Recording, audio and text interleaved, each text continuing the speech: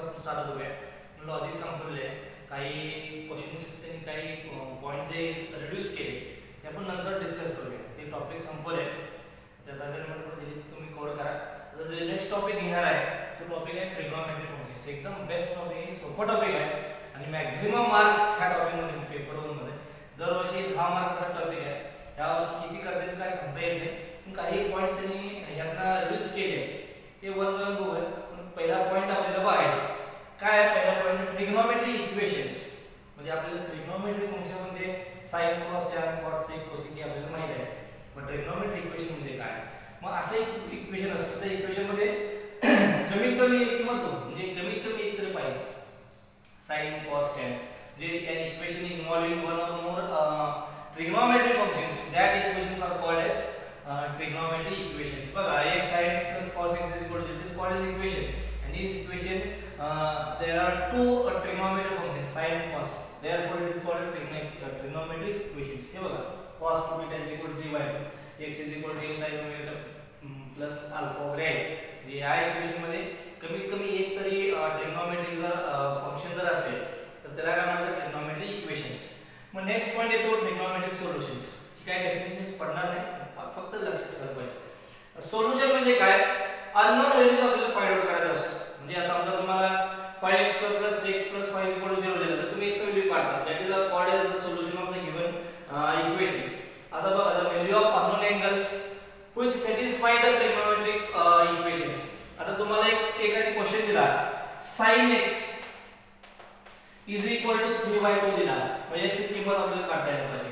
मग x ची किंमत असं व्हॅल्यू काढायचं की x ची किंमत इथं पुट केल्यानंतर 3/2 यायला पाहिजे. That is called as satisfaction. Satisfy व्हायला पाहिजे म्हणजे x चा व्हॅल्यू काढणे म्हणजे अननोन व्हॅल्यू जी काढते त्याला म्हणायचं ट्रिग्नोमेट्रिक सोल्युशन्स. मग ट्रिग्नोमेट्रिक सोल्युशन्सची जे टाइप्स आहेत दोन आहेत, एक प्रिन्सिपल सोल्युशन, दुसरं general solution. Principal solution general solution म्हणतात ह्या वर्षी त्यांनी सिलेबस मध्ये त्यांनी रिड्यूस केले आहेत. जनरल सोल्युशन त्यांनी ओमिट केले आणि त्याचे एक्झाम्पल सुद्धा कमी केले. ते आपण बघूया नंतर याचं काय कसं घ्यायचं की नाही आपण नंतर बघूया. जे सध्या दिलेत ते आपण कोड करून घेऊया, परत काय त्याच्यावर आपण डिस्कस करू. प्रिन्सिपल सोल्युशन म्हणजे काय, प्रिन्सिपल सोल्युशन हा सोल्युशनच असतो, फक्त त्याचे जे व्हॅल्यू आहे जे तुम्ही अननोन व्हॅल्यू काढता तो 0 < or x < 2π म्हणजे 0 ते 2π मध्ये यायला पाहिजे.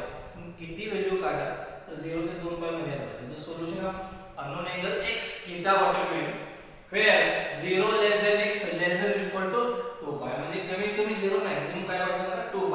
त्याचा व्यतिरिक्त व्हॅल्यू येणार नाही. प्रिन्सिपल सोल्युशन कंपल्सरी दोन येणार. कुठलेही ट्रिग्नोमेट्रिक इक्वेशन जर घेतला त्याचा दोन सोल्युशन मिळणार प्रिन्सिपल. आता जनरल सोल्युशन, जनरल सोल्युशन कसं आहे तो त्याची पिरियोडिसिटी यूज करून सॉल्व्ह करायचा असतो. काही त्याचे रूल्स आहेत, नंबर ऑफ थेरम्स होते, ते थेरम्स कॅन्सल करून त्याची एक्झाम्पल सुद्धा कॅन्सल केली.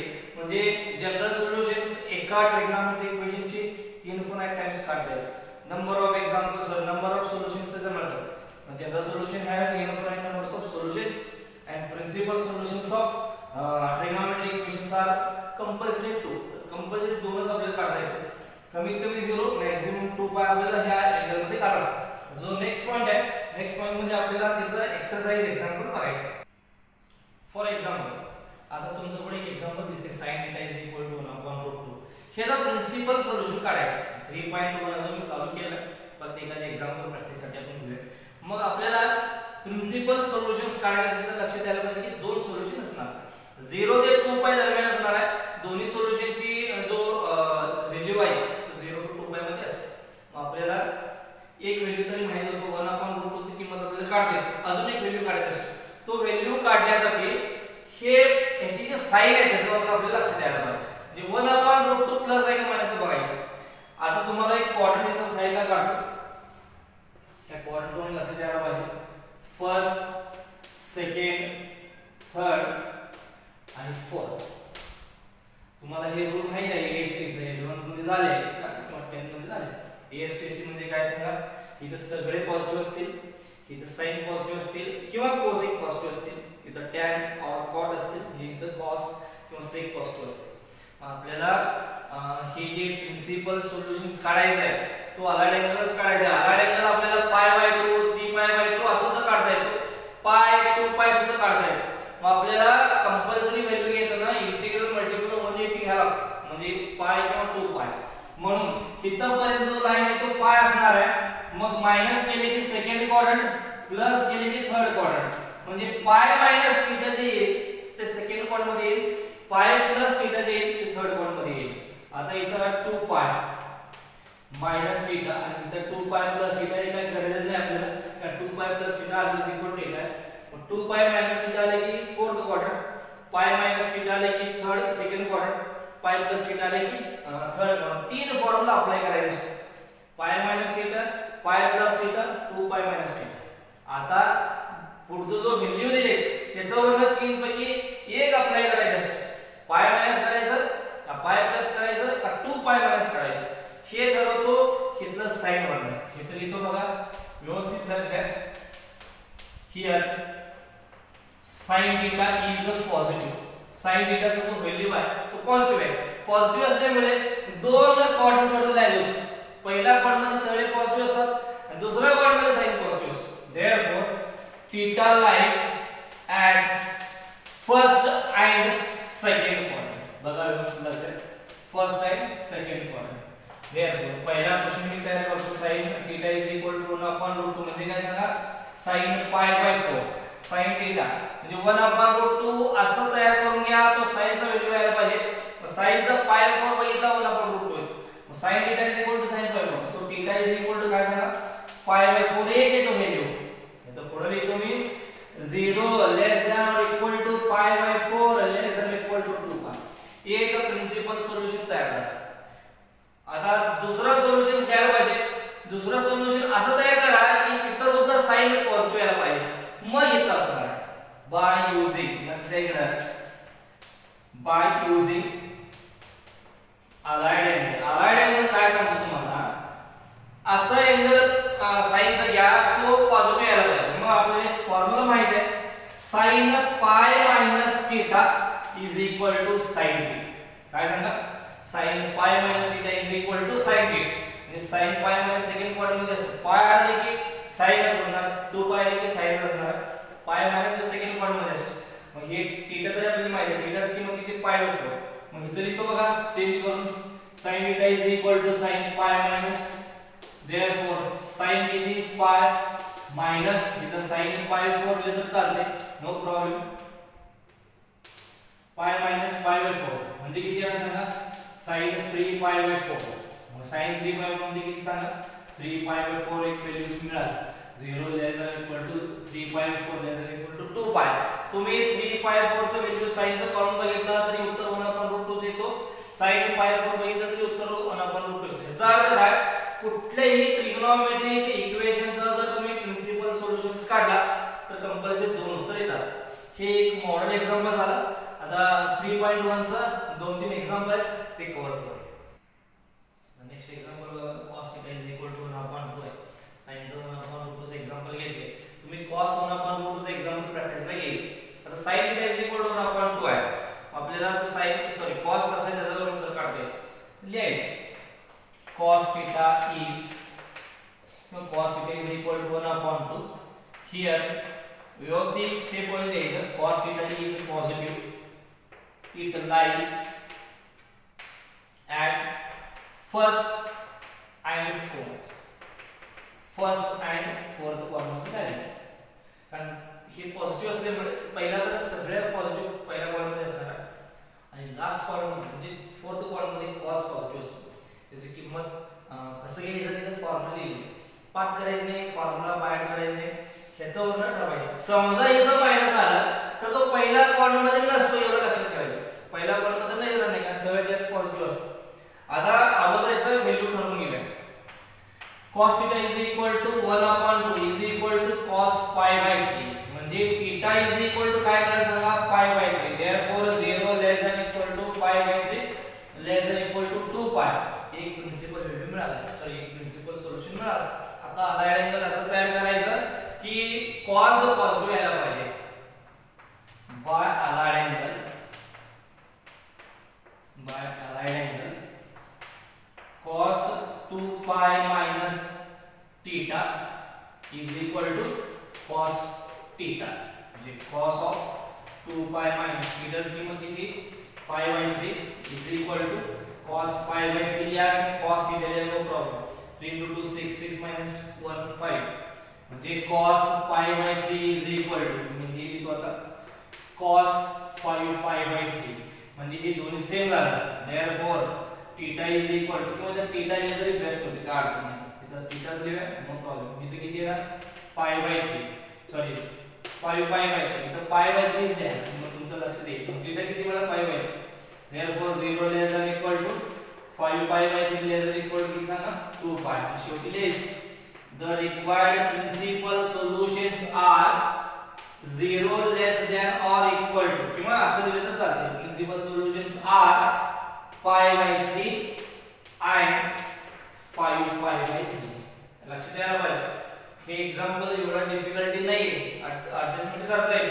त्याच्यावर तुम्ही डायरेक्टली लिहिलं तर चालते cos 2 pi minus theta is equal to cos 2 असं हे स्टेप घेतलं तर चालते किंवा थीटा घेतलं जाते त्याचं काही अडचण येणार नाही पण आपल्याला दोन प्रिन्सिपल सोल्युशन दाखवावं लागेल आणि जिथं तुम्ही लिहिता तो ही कंडिशन लिहायला पाहिजे 0 less than equal to pi by 3 less than equal to 2 pi 0 less than equal to pi 5 upon pi by 3 less than equal to 2 pi हे लिहिणे करायचं आणि शेवटी द्यायचं the PS म्हणजे principal solutions are pi upon 3 and 5 pi upon 3 आता next example बघूया next बघा sec आहे sec 2 upon root 3 आहे तुम्हाला तो एक्झाम्पल ह्याच्यासाठी होमवर्क साठी देतो मी कसं लिहायचं sec theta is equal to upon root 3 आहे मग तुम्ही cos करून सॉल्व करू शकता cos theta is equal to किती root 3 upon 2 जसं cos theta is equal to 1 upon 2 example तुम्ही सॉल्व केले तसं cos theta is equal to root 3 upon 2 करू शकता तसं न करता आपण sec मध्ये एक्झाम्पल सॉल्व करूया म्हणजे cosec cot आणि sec एक्झाम्पल दिला तर sin cos tan मध्ये करून सॉल्व करू शकता किंवा डायरेक्ट सॉल्व करू शकता आता cos theta sorry sec theta इथे लिहायचं sec theta is equal to 2 upon root 3 here sec theta is positive lies at first and किती fourth quadrant first and fourth quadrant therefore आता sec theta is equal to 2 upon root 3 आहे म्हणजे cos ची किंमत root 3 पण 2 कधी आहे 30 degree असते म्हणजे pi by 6 असते मग इथे लिहायला पाहिजे sec pi by 6 so theta is equal to काय मिळाला pi by 6 0 less than equal to pi by 6 less than equal to 2 pi by allied angle sec theta is equal to sec of 2 minus theta तुम्ही जर हे cos करून घेतला तर cos theta is equal to cos 2 pi minus theta आहे नाही तर sec theta लिहूया no problem sec of 2 pi minus theta ची किंमत किती pi by 6 तर pi by 6 लिहा काय अर्थ होणार नाही so sec pi by 6 is equal to किती 12 minus 1 11 sec 11 लिहा 11 pi upon 6 therefore theta is equal to किंवा 11 pi upon 6 लिहिलं तर चालेल 11 pi upon 6 so 0 less than 11 pi upon 6 less than equal to 2 pi therefore the principal solutions are pi by 6 and 11 pi upon 6 हे sec आहे तो आपण तुम्ही cos करून सॉल्व करू शकता याच्यावरून सुद्धा सॉल्व करू अजून एक एक्झाम्पल आहे tan किंवा cot एक एक्झाम्पल घेऊ नेक्स्ट एक्झाम्पल बघा cot theta is equal to root 3 तुम्ही tan theta is equal to 1 upon root 3 करू शकता किंवा डायरेक्ट लिहू शकता आपण डायरेक्ट घ्यायचं बघ cot theta is equal to root 3 cot theta lies किंवा direct is positive lies at first and third condition में जायचं सॉरी रोमन मध्ये जायचं थर्ड क्वाड्रंट ही लिहायला पाहिजे काय डायरेक्ट चालते का लिहायचं तुमचं हे एक्झाम्पल प्रॅक्टिस करतो तुम्ही प्रॅक्टिस करून हे स्टेप्स रिड्यूस केले तर चालेल तुमचं डिपेंड आहे काय असेल cot theta is equal to root 3 म्हणजे cot pi by 6 cot 30 ची किंमत root 3 असतो आणि tan 30 ची किंमत 1 upon root 3 असतो आता हे एक्झाम्पल बघा थीटा इज इक्वल टू किती मिळालं सांगा पाय बाय 6 मिळालं. आता जो अलाइड अँगल आहे बाय तिथे लिहायला पाहिजे 0 less than equal to pi by 6 less than equal to 2 pi by allied angle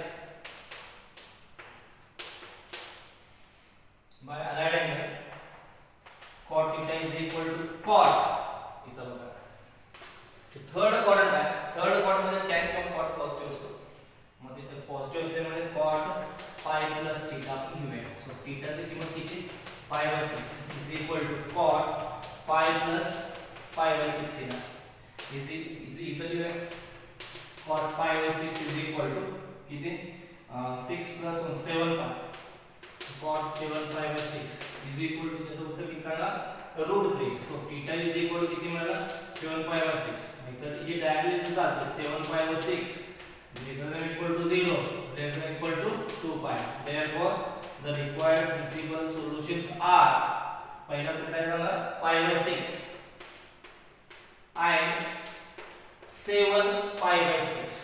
मग तुम्ही cot theta is equal to 1/√3 चा प्रॅक्टिस नाही आहे आणि हे tan यूज करून सॉल्व्ह करू शकता. म्हणजे आजच्या एक्झाम्पल मध्ये हिथं पॉझिटिव्ह असणारे एक्झाम्पलचा प्रॅक्टिस केले.